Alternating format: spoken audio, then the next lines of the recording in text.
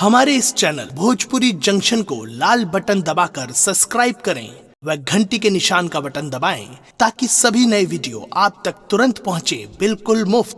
चोलिए से गोली मारे गोली मारे गोली मारे गोली मारे गोली मारे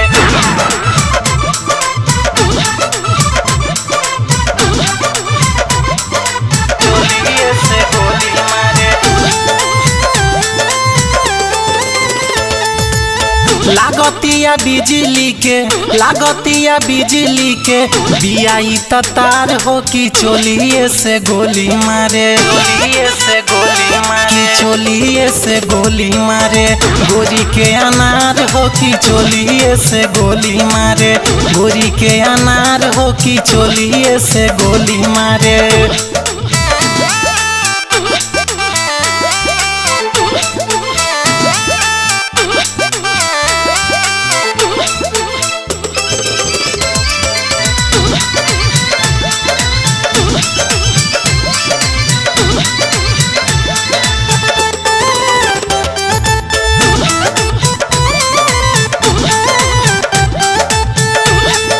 केकरा लागी जो बन तो हर डगमग डगमग हिलेला जने जने जालू ओने सबके मजा मिलेला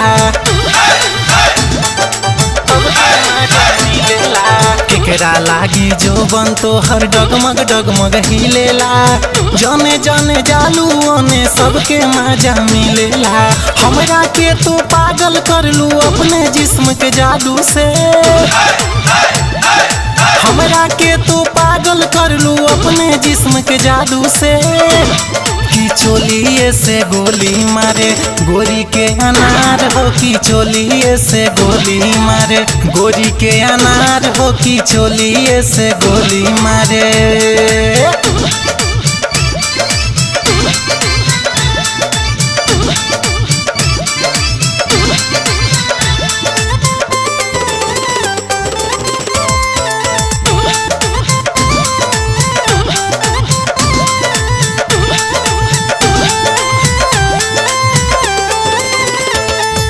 कमर पतोहरा यारा से औरंगाबाद डोलेला बारू फॉर्चूनर रानी सबके मनवा बोलेला